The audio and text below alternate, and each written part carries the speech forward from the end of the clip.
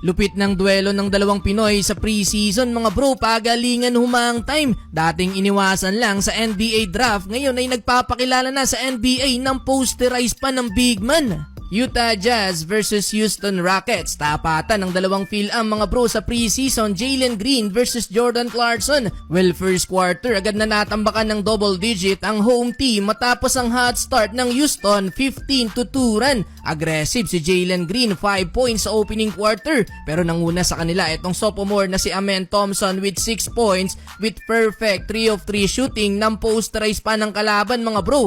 Under 6 minute mark nang ipinasok si Jordan Clarkson, kaso maalat pa ang opensa ni Kabayan. 1 of 3 lang sa field si JC. Eto, napakalupit na galaw mula sa isa pang Phil-Am in transition. Ganda ng pagkaka-reverse layup kontra kay John Collins. May foul pang kasama yan mga bro. Well, sa mga oras na yan, tambak pa din ng double digit ang Utah Jazz. Under last 2 minutes pa nang makapagtala sila ng 10 points. Alley-oop dunk Markkanen to Kessler. Pumakitang gilas din ng alley-oop dunk etong si Amen Thompson. Wala nang isang minuto nang maitala ni Clarkson ang kanyang first field goal, attacking the basket. End of first quarter, naghahabol ng 10 points ang Utah Jazz, 22-12. Second quarter, kahit papano mas gumanda na ang naging opensa ng Utah na ibaba nila sa single digit ang lamang ng Houston. Rookie na si Reed Sheppard mga bro, naitala na din ang kanyang unang punto sa preseason, pero agad na naibawi yan ni Jordan Clarkson. Lupit pa ng handles ni JC, iniwanan ng dalawang bantay. Yun nga lang, balik na naman sa double digit ang kalamangan ng Rockets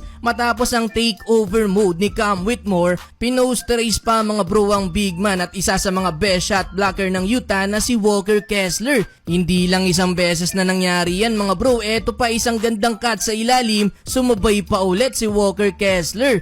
Lumalabas na ang potential ng player na to mga bro na iniwasan ng maraming teams. Sa kabila, another 2 points for Clarkson. This time, 3 players naman ang nilusutan ni Kabayan na ipasok pang reverse layup, may foul pang kasama. Well, nakapagdala ng 7 points sa quarter na to si Clarkson, total of 10 points bago ilabas under 6 minute mark. Takeover mode na din si Jalen Green mga bro, 8 straight points para sa star player ng Houston, dalawang sunod na tres plus driving dunk. Hindi na bumalak pang sumabay etong si John Collins at baka maulit lang ang nangyari noon sa kanya sa kamay naman ni Anthony Edwards. Well, di pa tapos dyan si Green, last 2 minutes mga bro, dalawang sunod na tres ulit ang naipasok niya, total of 19 points na para kay Jalen Green sa loob lang ng 15 minutes, kaya naman lamang pa din ng double digit ang Houston, 62-49. Entering the third quarter, pumalag pa ang Utah Jazz mga bro, 8-0 run under 7 minutes. Dito naibaba na nila sa 5 points ang lamang ng Houston.